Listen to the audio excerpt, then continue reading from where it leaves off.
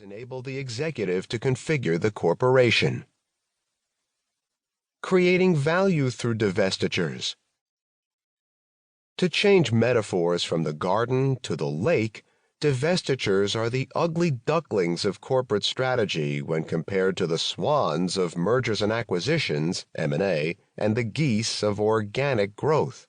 In every year from 2000 to 2019, S&P 500 listed companies divested less than one business per year on average, and about 70% of them never divested at all. When asked to state which strategy they expected to create more value for their companies over the next 2 years, 74% of CEOs ranked M&A above divestitures, and fully 90% of CEOs ranked organic growth above divestitures. It is no big surprise, then, that companies divest much less frequently than they acquire.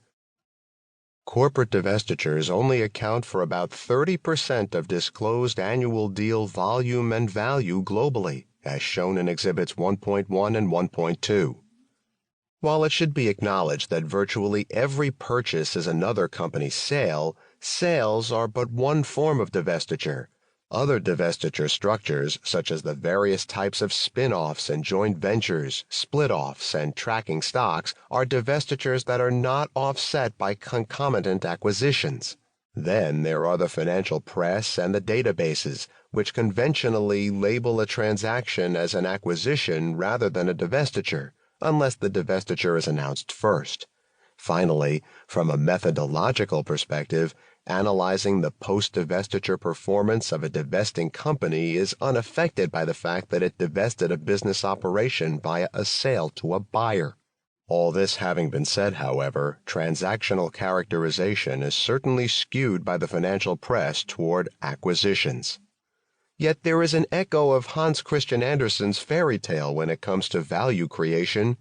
Divestitures unexpectedly become swans, perhaps even more majestic swans than M&A, in the lake of corporate transactions. Although the underutilization of divestitures relative to acquisitions might seem to suggest otherwise, investors respond much more favorably when companies divest than when they acquire.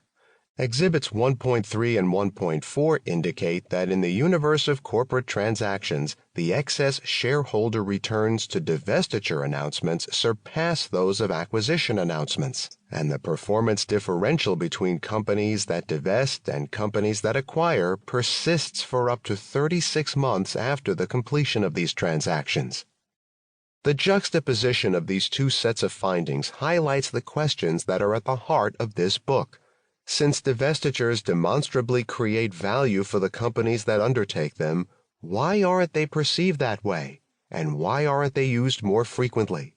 Indeed, why aren't they taught more comprehensively in our business schools?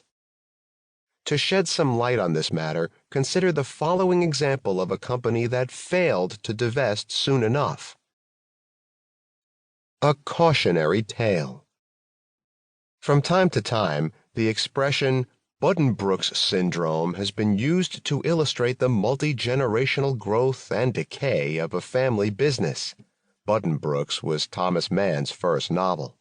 But for the familial aspect of the book, one could easily apply the expression to one of America's most prominent companies, a company that spans the era from Thomas Edison to Elon Musk, a company that along the way grew organically and through acquisition, reached the pinnacle of American industry, and ultimately descended to become a respected supplier of critical components to the aviation industry. The company is General Electric, GE, which once commercialized electricity, had the largest market capitalization of America's companies, and was among the biggest provider of financial services in the world. The explanation of how GE managed to ride the Buddenbrooks curve is counterintuitive. While GE's promiscuous diversification certainly set the stage for its fall, its failure to divest those disparate operations in a timely and measured manner was ultimately what sent it careening down the curve. Frankly, one could justifiably be surprised that GE even made it this far. Other companies confronted with its problems might have strategically reorganized under the protection of the bankruptcy code. Exhibit